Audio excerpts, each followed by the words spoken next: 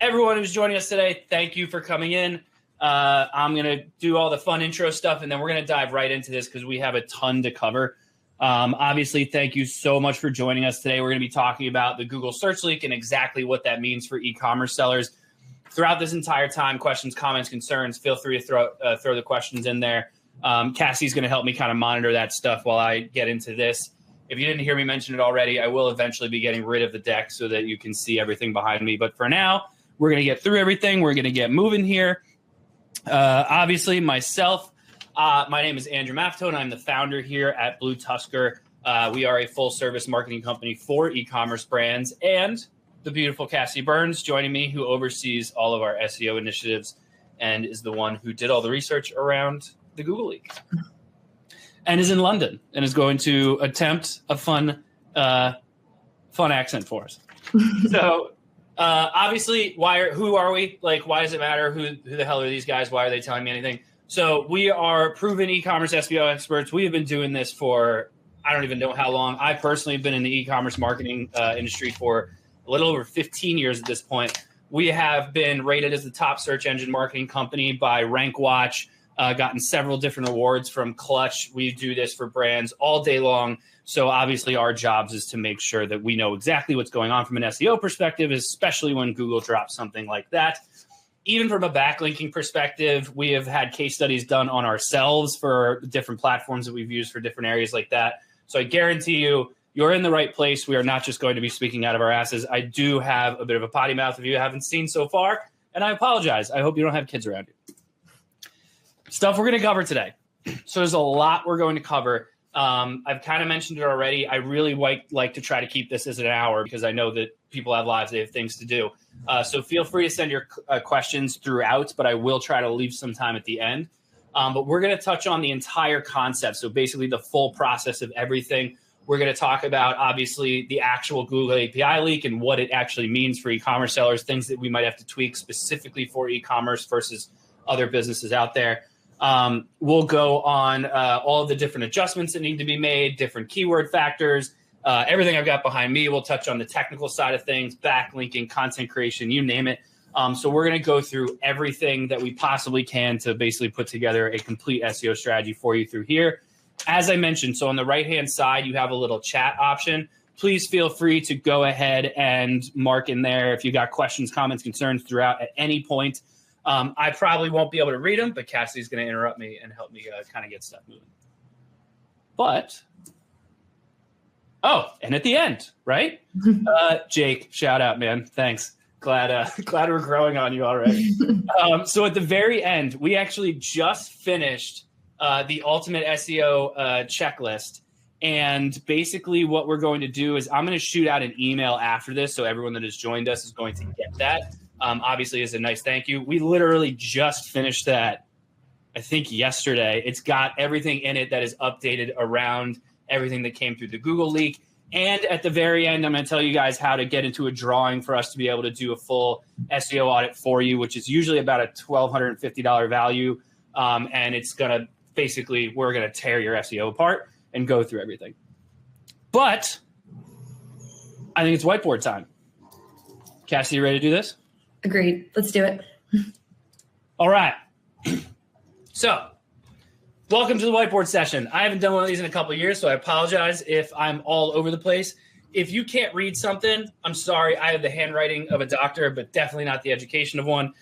So if you have questions about what I have up here, please let us know. We will reiterate it in the comments. But to get started here. So I mentioned in the beginning, we're going to talk about every element, right? So your ranking, which is pretty much what's your strategy and how are things ranked so that you know that as time goes on.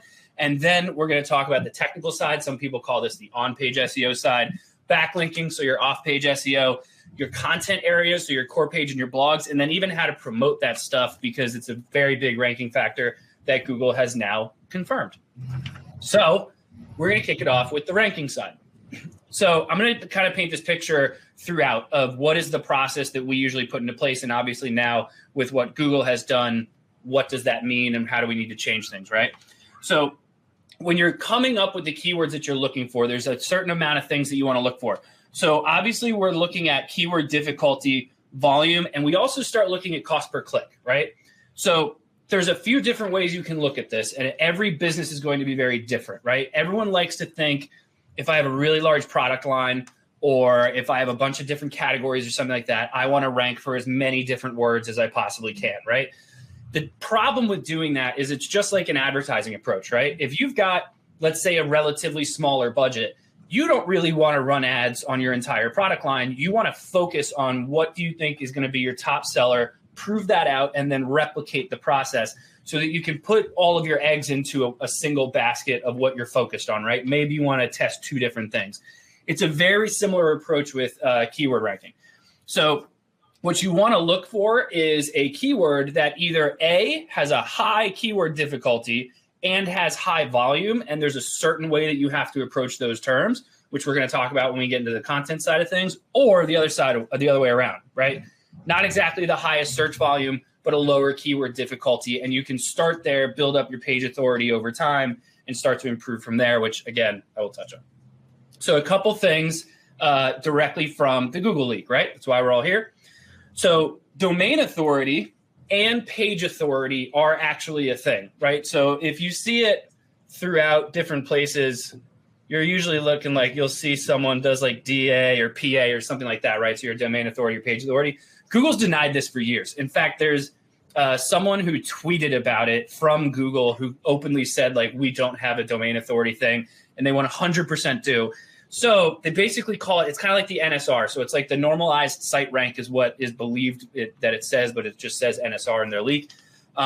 Basically giving your entire website a ranking.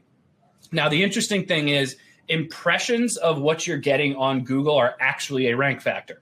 So not usually something we would expect. It was actually more on the click side, right? It would make the most sense. But really what they had mentioned, so growing impressions are actually going to show that you're starting to get more and more traction in the areas that you want.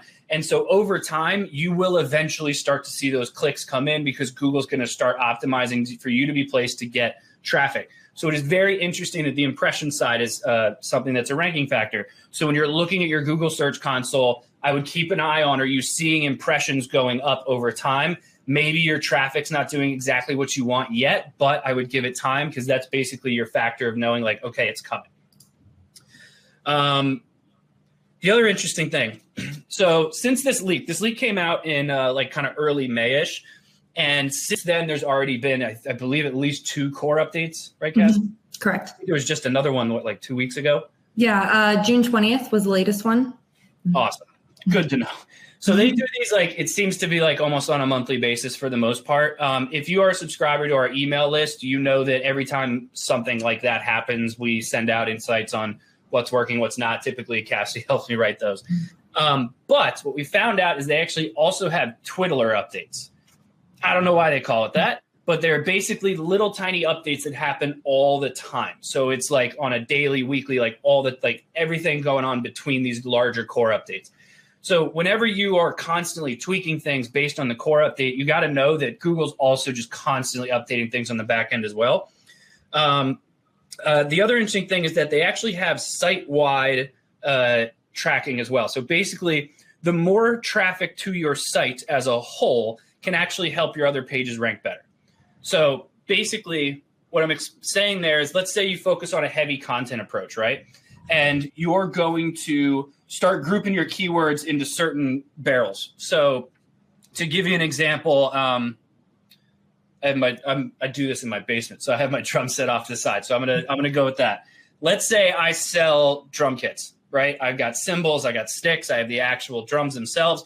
So I'm going to group my keywords into like cymbals, and then I'm going to find all the long tail words that are cymbal related, right? So those are how I'm going to group these and stay focused on a certain area.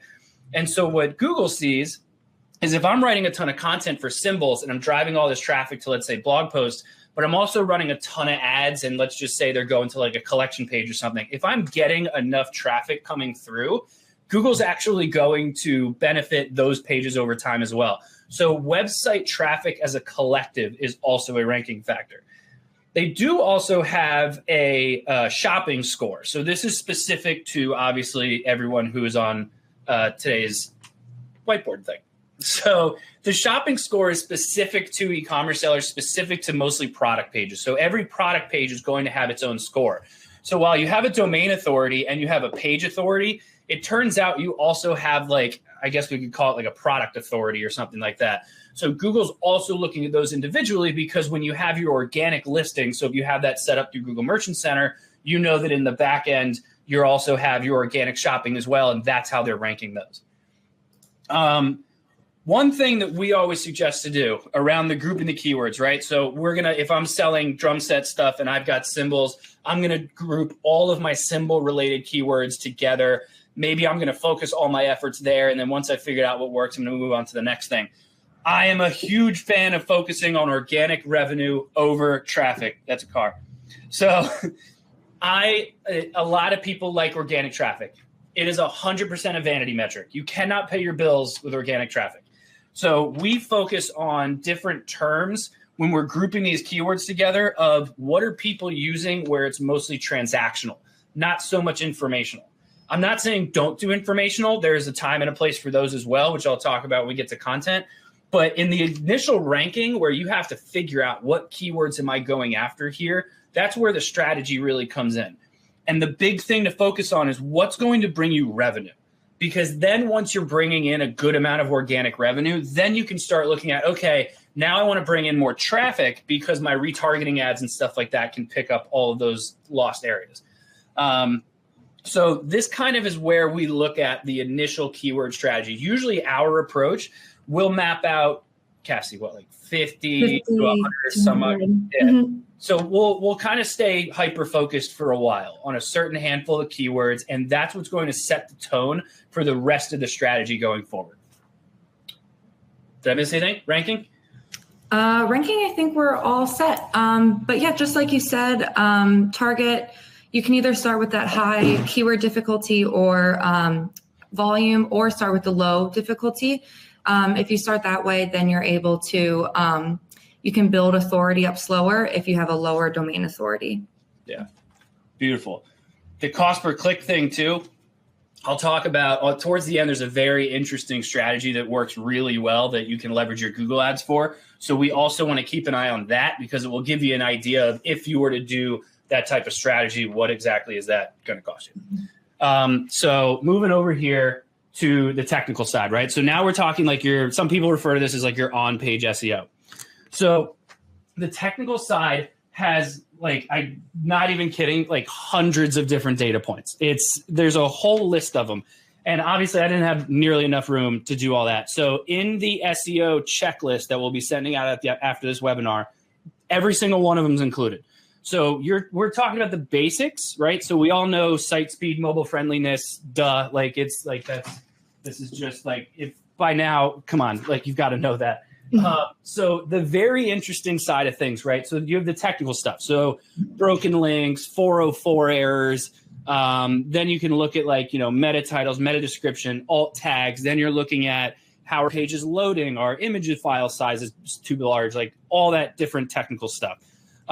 Typically, this element to get done correctly requires a developer. Your developer needs to know the SEO best practices, because there's one thing to make a site look nice and make it functional, but there's another thing to actually make it let's just say a tolerable experience for your customer. And so that's a big element, right? Site speed, duh. Mobile friendliness, yeah, we already know that stuff. The thing that gets really interesting is that they make it very clear that CRO is actually a big ranking factor. So SEO and CRO are they're almost the same element now. It's a very interesting concept. As e-commerce sellers, we all think CRO, the obvious. I want to improve my conversion rate. I want to, increase my average order value. You're doing consistent A/B testing, all that kind of fun stuff. That's for another event, another day. But for the SEO side, so one of the big things that they talk about that's a ranking factor is actually engagement on a page. So your bounce rate and time spent on page is actually an incredibly important ranking factor.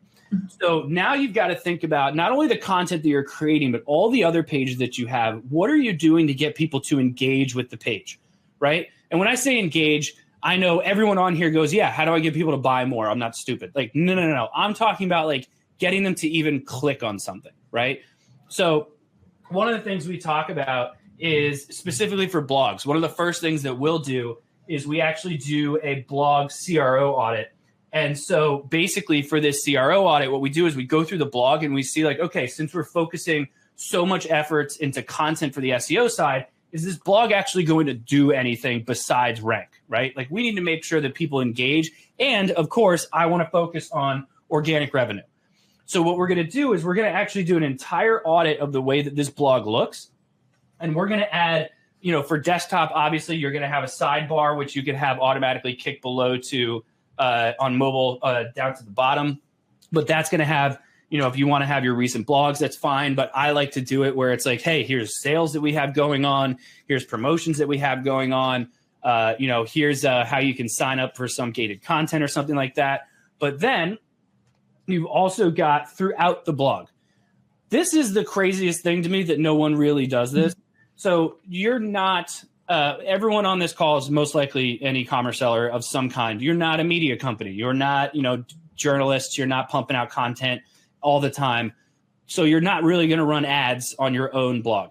However, there is no reason that you shouldn't have some type of custom imagery with a clear CTA linking to your own stuff, right? If you're going to put all this time and effort into writing blogs and trying to get them to rank and getting people to come to the blog, what are you doing with those people when they get there? Yes, your retargeting ads should hopefully be capturing them, staying in front of them, and then enticing them over time to convert. But if you can add in your own custom imagery, calling out people to like go to a collection page or go to a product page, or maybe you're going to a promotional page or something like that, that way you're actually encouraging these people to click. And as soon as they click, it is no longer considered a bounce rate, which is actually going to improve your organic ranking. The same thing for pillar pieces, which when we get into content, I'm going to talk about. But up at the top, you should always have anchor text. Pillar pieces should easily be 5,000+ words, so they're huge. And if you're on your phone, you're scrolling all day long. And so while that could be beneficial for people to spend time on the site, if you actually speed up the process and give them anchor text, so you're like, hey, I know you're probably looking for specific answers around this. Click here. It shoots them down somewhere. As soon as they click, no longer part of the bounce rate, your rankings immediately go up from there. The other interesting thing is that font, actual font, and then the weight of the font. That was my shot at dumbbells. The actual weight of the font is a ranking factor. So if you're using some kind of crazy font that makes things very complicated to read, it's actually probably hurting you from an SEO perspective. If you've got really like everything's bold or something ridiculous like that, that's actually going to hurt you from a ranking perspective. Cassie, what am I missing? Page titles, meta, and URLs, they actually do not matter when it comes to length. So, however, we found that best practice is keeping it at 75 characters for your title and up to 155 characters for your meta description. Beautiful. That was very interesting.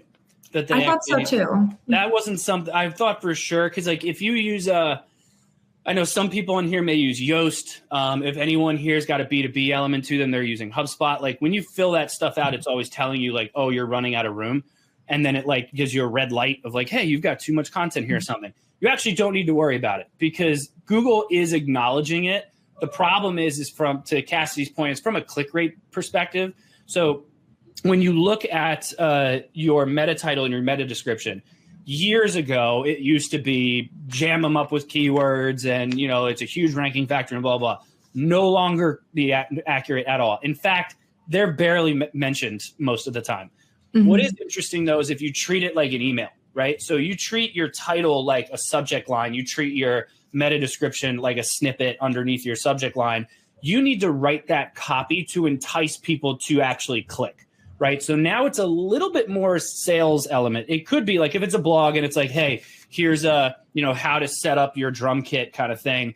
That's just going to be all you need to put into the title. But, your description should probably have a little bit more insight into like, hey, here's what we talk about in this article to actually entice them to click. Because earlier I mentioned that impressions are a big ranking factor. And so if you actually see your impressions going up, give it some time. The clicks are going to come with time as Google starts to update its algorithm. However, if you see your impressions are going up, but you can't really get that click-through rate to keep going with it, it's probably because your meta titles, meta descriptions need a little bit more love. Talked about that. So the other interesting thing too, navigation. So navigation is actually a big ranking factor. Realistically, SEO and CRO are really starting to merge, especially with e-commerce brands, because you think for, if you're a B2B company and you're just trying to get leads and, you're offering like, I don't know, HVAC services or something like that. Yes, you need to focus on conversion rate stuff as well. Excuse me. But you really just got to get them to fill out a form, and then you let your salespeople do the work. In e-commerce, we don't really have salespeople unless, of course, you have a B2B side. Your website is your salesperson. And so the better that you're getting this site to actually provide a great experience to the person, the better you're going to rank from an SEO perspective over time, and the happier you're going to be. So it's actually a very interesting thing to see that SEO and CRO are they're like the greatest couple of all time now. They are the Beyonce and Jay-Z of digital marketing. Sorry. So that's the very interesting element that I highly recommend everyone should be looking into. I know a lot of brands that they invest an arm and a leg into SEO, and then they just get all this traffic to their site, and they're like, yeah, but it's not really converting. Like, CRO is just as important. So if you're not focusing on improving the conversion rate of your own website and the experience people are having on the website, you're really not doing much for your SEO either. Mm-hmm. Google even said that poor navigation will hurt your score overall. Yep. All right. Backlinking. So backlinking. This is always very interesting because people always see this as it's kind of like I don't want to say black hat, but it's like, I don't really know if it's good for me or not or whatever. The interesting thing is with backlinking, you should never stop getting backlinks.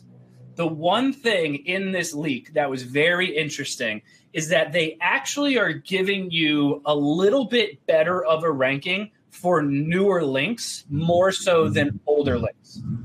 So if you're consistently getting new backlinks, it's kind of like your way of telling Google, like, hey, this site's relevant. This site's still relevant. It's still relevant. I'm getting backlinks, blah, blah, blah. Like, it's Google's way of seeing like, okay, people are referencing you. However, old backlinks start to fall off. So all that time and effort you spent on getting like a really like high domain authority backlink, but it's like from 5 years ago, it may not be helping you as much as it once was. So you've got to keep getting your backlinks, right? Now, for the backlinking side, this is like where we step up and we go, okay, we've figured this whole thing out. There's a lot of different ways to do this. You have your basic stuff, right? So you have your normal backlinks.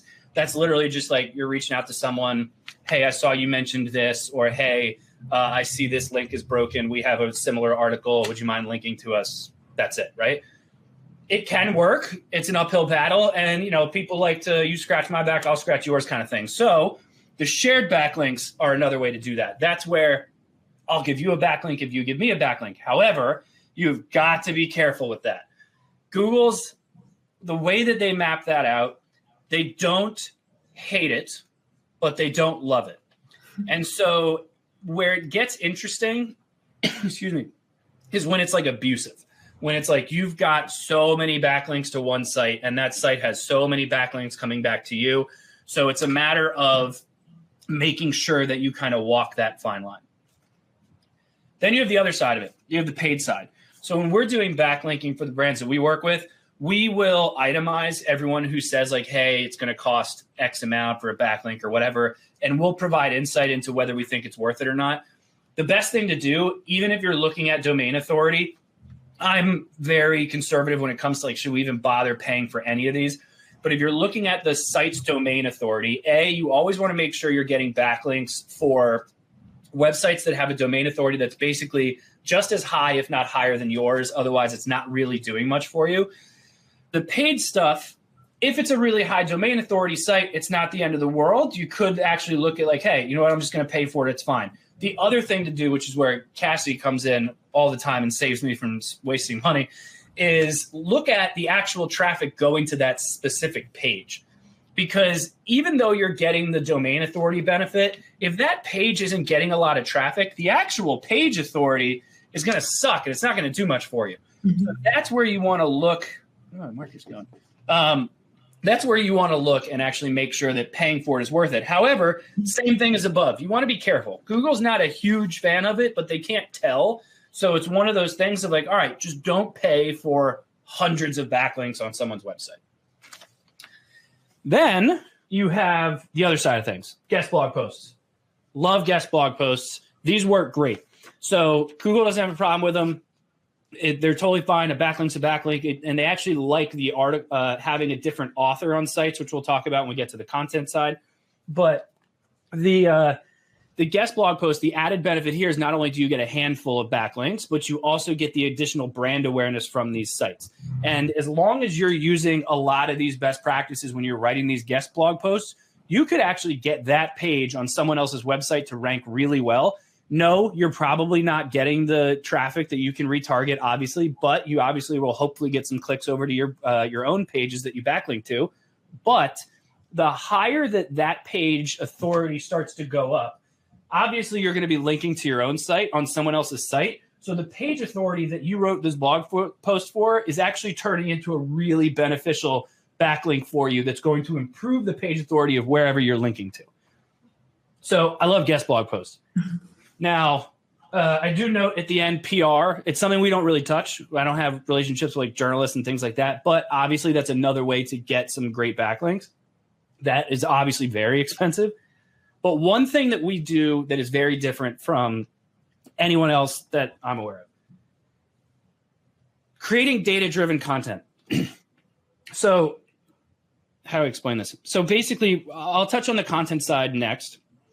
But when we write an article, about, Cass, it was like 60, 90 days later, we take a look at it, right? Mm-hmm. Yep, to review, see if it needs to be updated. Yeah. So after an article gets published, usually about 60 to 90 days out, we have a platform where we can take that article and put the link into this platform and say, these were the other articles that we were trying to outrank. And it will tell us, okay, those are the articles you want to outrank. You're going to need X amount more keywords. You're going to need X amount more images. You're going to need X links, etc. So it basically tells us like, okay, based on where you're at now and how Google is starting to trend, here's what you want to add. So we have to go back and refresh content, which we'll also talk about when we get to the content side. But we actually do this same thing for backlinking. So we'll take an article that we want to get a backlink from, usually a very high domain authority site. We'll put it into this platform, compare it to its other top articles, and we'll actually send them the report along with the content and some backlinks and basically tell them like, hey, here's a report that says if you add this paragraph or whatever, you'll actually start to see an improved ranking on this page. Of course, our backlink is in there. We'd appreciate it if you leave it. We think it's also very beneficial. Here's a report that says you needed more links, etc. They love this shit. This works great. It's a bit because it's a lot of work for like one link that you hope you're going to get. But for the higher domain authority ones that you don't want to pay for, this approach works awesome. And so that's kind of your big approach. And so now too, when you look at like backlinking just in general, so your website and you've got like a couple links coming over to your site, right? The more and more that you can get to your site, the absolute better. There's nothing in Google's leak saying like, you know, you can't have this many links or blah, blah, blah. But the key thing that you have to focus on is you've got to keep getting them. Like you just need new ones all the time. Otherwise, they start to basically like, it's like they kind of go stale. All right. Backlinking. Did I miss anything? Just also that it's important to make sure that they're diverse links. We don't want them all to be the same. So make sure that the interlinking, you're going to different pages on your site and they're from a wide range of different websites, all within your same industry though. Yes, thank you. The other big thing they mentioned is around that and the content in itself. Mm-hmm. So you don't want backlinks linking to your website that aren't relevant to your website. So if you sell drum sets and stuff and I go, man, I just got 6 backlinks from a really high domain authority phishing website, Google's actually going to hurt me for doing that. It's not like the backlink just won't help. It's actually going to demote you in certain scenarios. So you want to make sure the backlinks you're getting are from relevant websites. Otherwise, you don't want them. All right. Content? Let's do it. Mm-hmm. I love this thing. Great investment. This was what I used to explain to my wife why I wanted to go on vacation.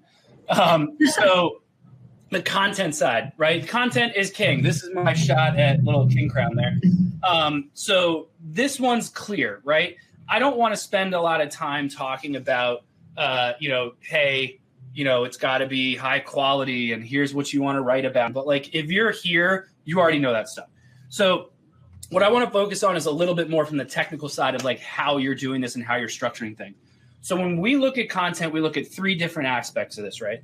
Everything that we talked about before is like focused on the website as it is. So the technical side, now the CRO side, are we getting links to the site, that type of thing. Now, what are we doing to continuously pour gas on this, right? So that's all content.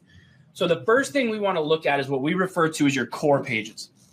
So your core pages are like your collection pages, your product pages, your about page, your home page, etc. Basically anything that's not a blog for the most part. The first thing we'll do is we'll take those keywords that we mapped out, right? So we strategize on like, okay, here's the first group of keywords that we want to do. Here's, probably your top sellers, your top performing category. Let's get our rankings on these keywords to about this level, and then we'll move on to the next group of keywords. So when we look at those and we group those together, we then pull an audit of all the core pages that are relevant to those keywords, and we look at how do we want to start rewriting those collection pages, those product pages, etc. The thing here is don't get greedy.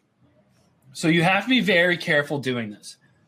This is where the SEO and the CRO side really starts to kind of draw a fine line.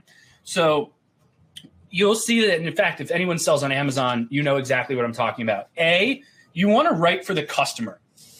Don't worry about the algorithm. Yes, you're going to naturally use the keywords anyway because that's the product you're talking about, but you want to write for the customer. You don't want to jam a ton of keywords into stuff. And if you're an Amazon seller, you also know this. Huge, big, bulky copy crushes your conversion.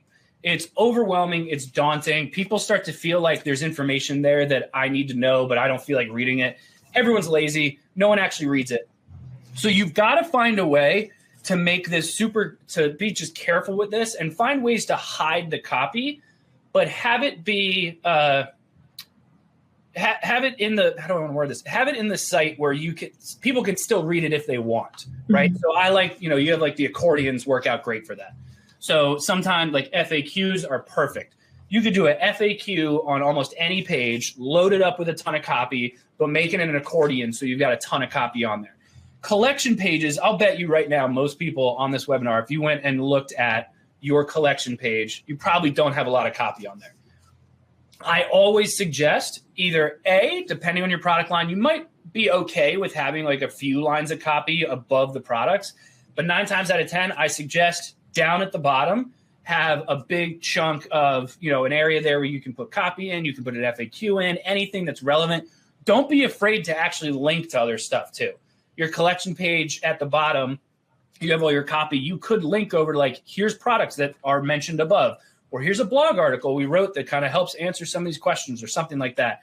But adding that type of copy, but keeping it pulled back is the smartest thing to do. And it's definitely the same thing you want to do on the product page. Don't overload it in certain areas.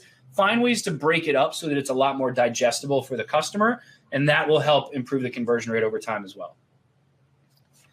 The same thing too with like, everyone kind of forgets that your core pages also have a page authority, right? So you've got to make sure that if let's say we're focused on symbols and I have a collection page of all the symbols that I sell, I want to make sure that pretty much every blog that I'm referencing is linking to this guy. Because as I start to improve on my blogs, which I'll touch on next, this page authority is going to consistently start to improve as my articles improve. Same thing with your products. So you got to make sure that you have that internal linking down, and so that the core pages can actually start to go up over time, because at the end of the day, like I said, you can't pay your bills with organic traffic. You can pay it with organic revenue, and it's all going to start here. So this is where your SEO money-making initiatives go into play versus just like, how do I get traffic? How'd I do? Missing anything? So far, so good. All right. So blog. This is the big one. Mm-hmm. So you're only going to have so many core pages, right? Like if you're selling symbols, you're going to have one collection page for symbols. You're going to have a product page for each symbol, whatever, however it's broken out, it is what it is. And then at a certain point, you hit a wall, right? Like you only have so many products. You can write content all day long on a blog. You can make as much as you want, and there's no limits. So the more and more content that you create through a blog, the better.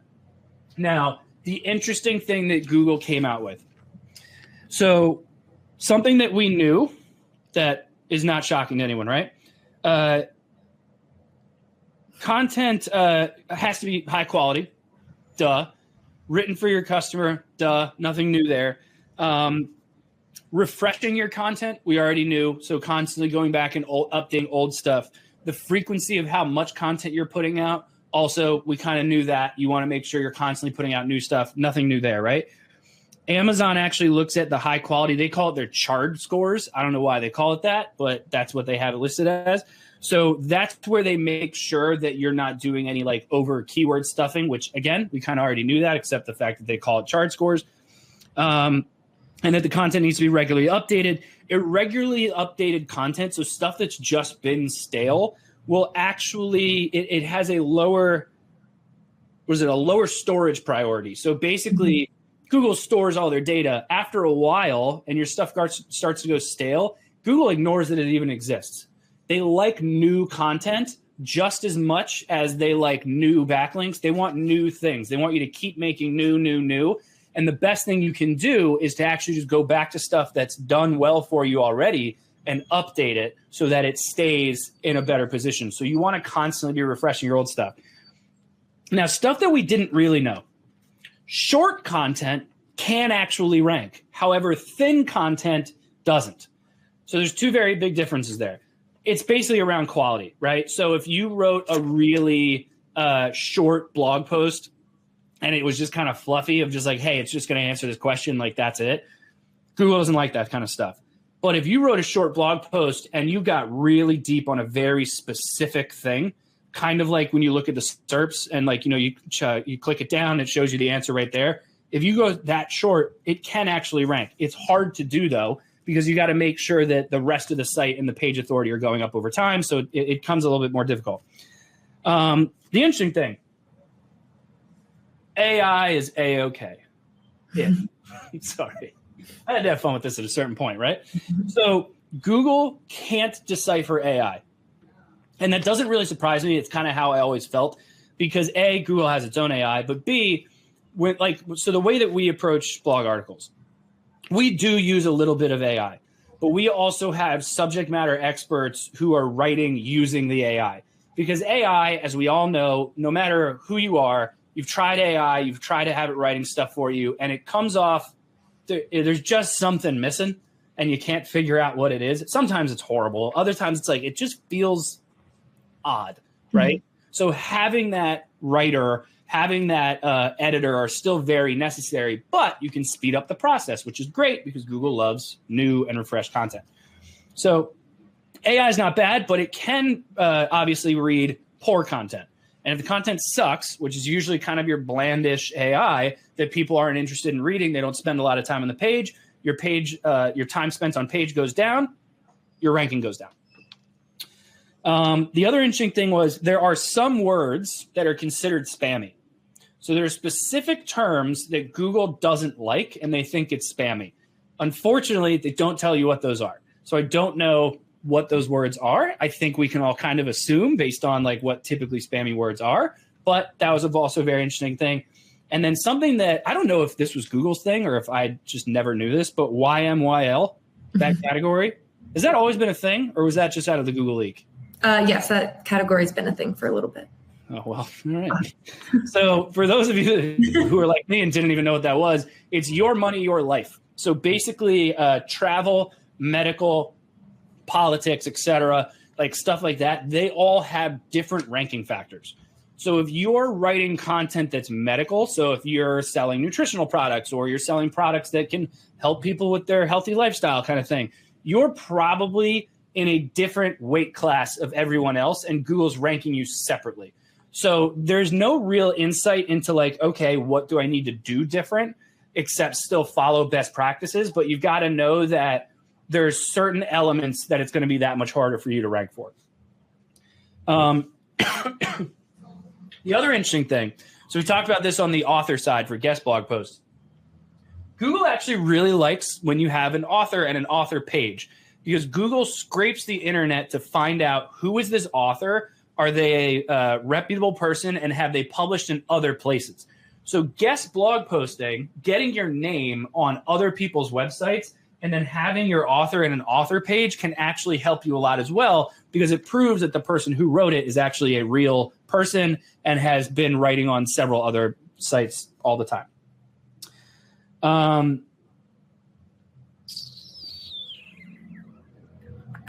Where'd I go? So if user metrics are bad on a certain blog, take it down.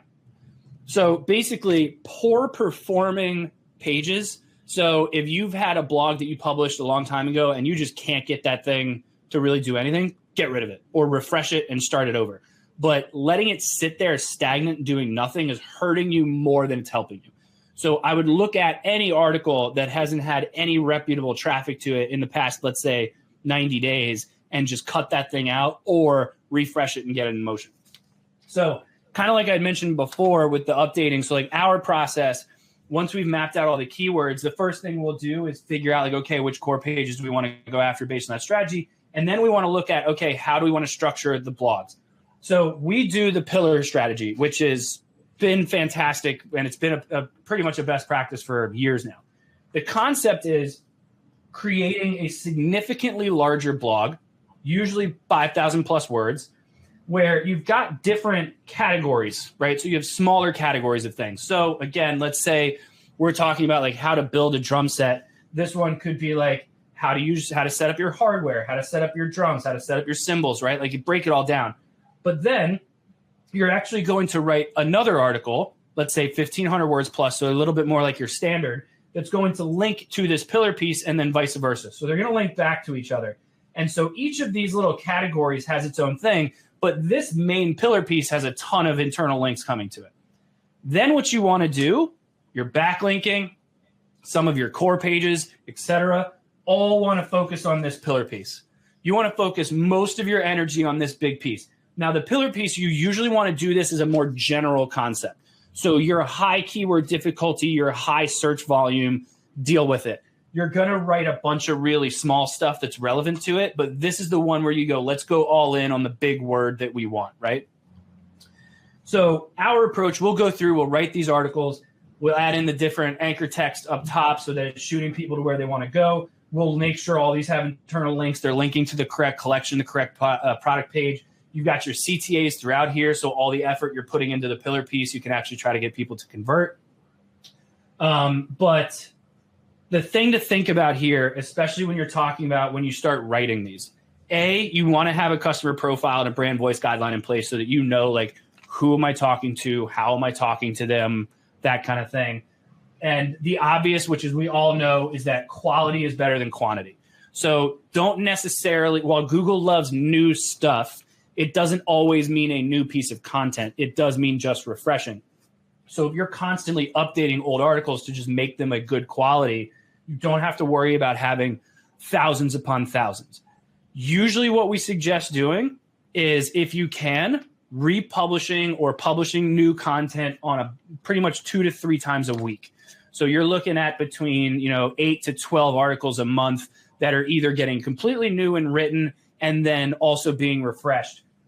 And also these pillar pieces, usually we do those, it depends on the strategy and stuff, but we'll do like one a month or one a quarter. It kind of depends. So Cassidy, on the blogs, am I missing anything here? No, I think we're all set. Beautiful. Cool. Okay. So then down to the last part, this comes down to promotion, right? This is huge. You can publish content all you want, but if you're not kind of pumping the what's the term? Priming the pump. Oh, Put a gas on the fire? Yeah, that too. Okay. Yeah, it's something like that. So basically, like if you just publish an article and then throw it up on Google, what you should be doing is after you publish that article, you immediately go into Google Search Console and let Google know that it exists, right?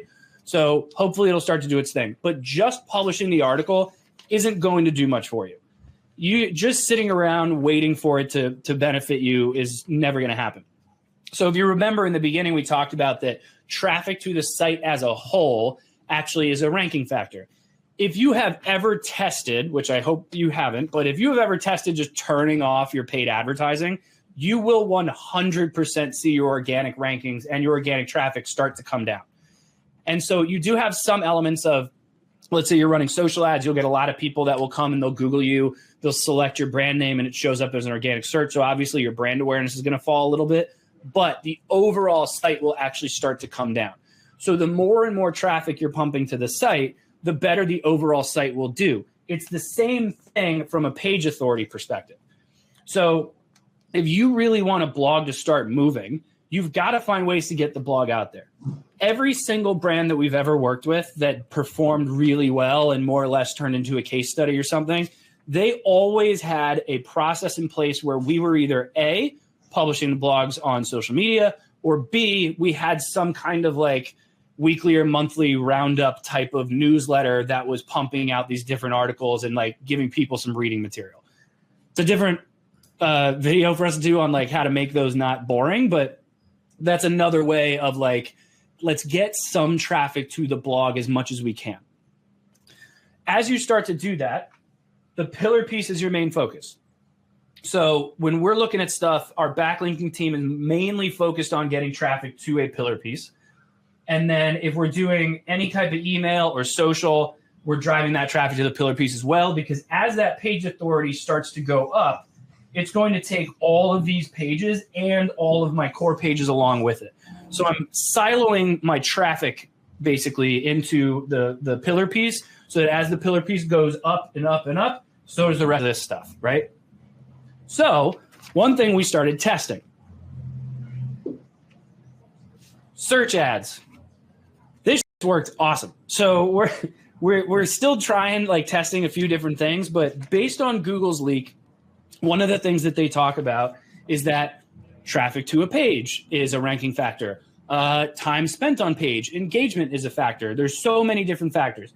So what we actually tested doing, and we actually did this with a client for Mother's Day, and it worked out awesome.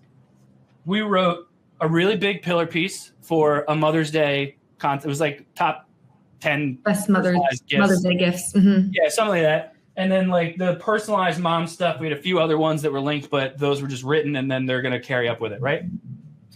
We did a maximize clicks campaign directly to this pillar piece. And so when you do a maximize click campaign on Google, and for those of you that run paid ads, you already know that cost per click is significantly lower because Google doesn't care if they convert or not. Google just wants to get you traffic. So what we did was we set a small budget aside, did a maximize clicks campaign to this pillar piece. We kind of audited it, made sure it was in a good spot to make sure that like, you know, the CTAs were clear. Obviously, we're doing everything we can to get it to convert. But then we had our, you know, you have your retargeting ads in place that as soon as they hit this, they're seeing Mother's Day related stuff until I choose to stop showing it to them. So we're retargeting the hell out of people. So I'm basically filling the top of the funnel. Within about 2 weeks-ish, this article was way up the rankings. I'm pretty sure, I'd have to go back and look because it was way far behind at one point, but I'm pretty sure that thing hit the first page within like a couple of weeks. Oh yeah, it's skyrocketed. Yeah, obviously you're hitting the first page for the ad, but the organic element skyrocketed it as well. And so what we ended up doing, it was a Mother's Day, so it was kind of tough because obviously that traffic falls back. But when we pulled back on it, it was still sitting up there. And so one of the things we started doing now for them, they sell personalized gifts and stuff, but we've started doing it for other brands as well, where they have like evergreen products that you're selling all the time. So like we've done this concept for concrete grinders. We've done it for licensed apparel. We've done this for pet brands. I'm trying to remember who else. But this concept worked amazing. And so it's one of those things of just how much traffic can you get to a page to actually start to improve the overall page authority. And then that way it's going to bring the rest of this stuff up. So really at the end of the day, you have, let's flip this back around real quick. Your ranking, which is your strategy. You've got to map out the strategy first. You can't just blindly start creating blog posts and whatever and throwing them up there. You've got to make sure that from a technical standpoint, which now includes, as we talked about, CRO, that element has to be covered. No matter how much content you make, it's not going to fix your horrible site that converts poorly. So you've got to make sure that you clean that thing up. I'm sorry if that offended anyone with a bad site. Backlinking. I know a lot of people that like to do like backlinking projects. Like, let's get X amount of backlinks and then that way we'll be good for the year. Does not work that way. You've got to consistently be getting backlinks to the site because Google wants to know that people are still referencing you to this day. Then your content creation, your core pages have got to be in a good spot because the harder that you put your efforts into blogs, you want these to start ranking better. This is really your main goal, is to bring these up because that's going to improve your organic revenue, whereas this is just going to improve more of your organic traffic. So you're basically trying to make sure that you're creating so much content that you're bringing in traffic so that you can focus on the pages that are bringing your organic revenue. And the only way to do all of this stuff and really start to get it to move is you've got to promote all the content that you're creating and get traffic to it. We do have a question. Good. And I'm going to flip back to the deck real quick. What do we got? What does refresh your post mean? Do you change the content of the original post or do you publish a brand new post with the content updated/altered? Cassie, I know your team actually does this stuff all the time. Correct me if I'm wrong, but it's mostly like, it kind of depends. I think if the article says like, hey, this whole thing is outdated, then yeah, you've got to rewrite it. But I would say like everything is saved on, it's interesting because it's not really saved at a URL level, right? Like the ranking isn't to the URL, it's just to the page in itself. So if you change the URL, it kind of is what it is. But like the copy in itself, you're going to want to either just add additional and tweak some of the things, or if the copy's that bad and it's just not aligned, then you want to actually go ahead and just update the whole thing. Yeah, update all the copy. I like to look at keywords if they fell off over time, make sure we're incorporating those as well, because that's where we saw the decrease in traffic. So it's important to make sure that we're incorporating that in the new updated, fresh copy on the exact same post. Yeah. Let me get through a couple other things, and then I see we've got some more questions coming in, and I'm going to start getting to those too, okay? For everything we talked about today, I pretty much already summed that stuff up. You know, we talked about how the rankings there, the technical side, the backlinking side, core pages, your blogs, and promotion, where Google has started to really tweak things, the differences of what we need to do as e-commerce brands versus what other businesses are doing. So obviously at any point you have questions, please start putting them in. We're going to get to those next. Obviously, if anyone here's like, man, these guys really know what they're talking about, which I think we do. And if it will give me my thumbs up thing. It never does it when I want it to do it. As I mentioned, we're Shopify partners, BigCommerce partners, SEMrush partners. We've gotten awards from SearchLink and Clutch and all these different things for SEO. This is our area. If anyone needs any help and it's something that you want to explore, or even if you just want some insight, feel free to shoot me an email. It's andrew@bluetuskr.com, and I'll be more than happy to assist and obviously see how we might be able to help you. But the time is now for some questions. So before we get into the final questions here, I'm going to shoot everyone the Ultimate E-commerce SEO checklist via email in probably like the next hour or so. You'll have it. If not, give me to the end of the day and I will get it to you. And then if you want an SEO audit and you want to get put into the drawing for that, shoot me an email. It's andrew@bluetuskr.com. It's BLUETUSKR.com. Shoot me an email. In fact, Cassie, can you drop it in the chat there? Yeah. And just let me know that you want to get put in the drawing for the free SEO audit, and we will get it done. That SEO audit's going to dig through everything that we talked about here. So there's like we'll do all the keyword insight into what are your competitors ranking for that you're not, backlinks that your competitors got that you don't have. We'll even tell you like, hey, for your strategy, here's the first group of keywords we think you should go after. Here's the core pages we think you should do. Here's the blogs we think you should do. We'll pull a site health audit, which usually we'll do. Typically when we're working, we'll do them on a weekly basis, but we'll pull that first one and give you an itemized list of all the stuff that's wrong from a technical perspective. And we'll do the blog CRO audit so you can kind of see like how you should restructure your blog so it's actually converting for you. So yeah, shoot me that email. We'll get you in there. And now I think we have a bunch of quick questions. Cassie, you want to? Yes. What is considered poor navigation on an e-commerce site? Good navigation consists of what elements? So that's a great question because it really depends on every site, right? Like if I sell one thing, it's easy. If I sell 5,000 things, it's very difficult. So the first thing I would suggest, everyone here at this point, I would hope, have some kind of heat mapping on your website. We're a Hotjar partner, so I usually suggest that. Or if we're doing CRO stuff, we use VWO. But you want to get heat mapping and scroll tracking on your site so you can watch people use it. You want to see, like, is anyone having issues with navigation? Look at your Google Analytics, see what your top pages are, and make sure that either on the homepage or within navigation, those top pages are super easy to get to. Google doesn't really explain like what they think is good navigation, but it's a little bit more around like, are people constantly coming to the website and trying to find things and they can't find it? So it really kind of depends on each brand basically. Yeah, and the leak also said that if your anchor text does not match what it's going to, then that will also hurt your site as well. So making sure that all the content matches correctly what it's supposed to be going to. Yep. What else we got? Oh, there's so many. How to make sure website is optimized for this process. Is a Shopify website optimized technically to enable this level of SEO optimization? Yes, I hate that question. I'm so glad you asked it though, because I've gotten it so many times. There is nothing wrong with how Shopify is built. There's been arguments over, like say with blogs of how the URLs look, and you're kind of forced to use certain, nomenclature for blogs or for the entire website and stuff. There's nothing wrong with Shopify. It works just fine. We've worked with tons of brands that are easily sitting at number one for a ton of different keywords. Shopify has no effect. I don't know if maybe years ago they had an issue, but there is nothing on that platform that is going to hurt you.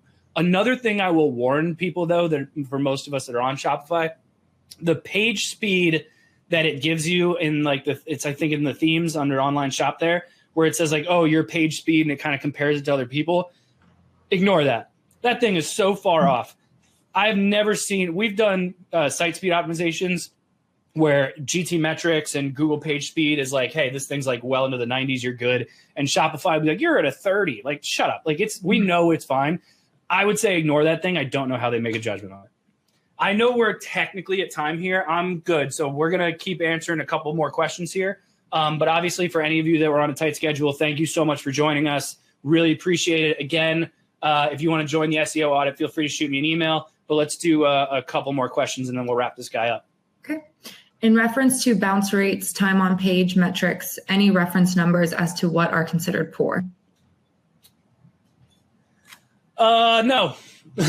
I believe the last time I checked, bounce rate was anything above 40%, but I believe that's changed in the past few years.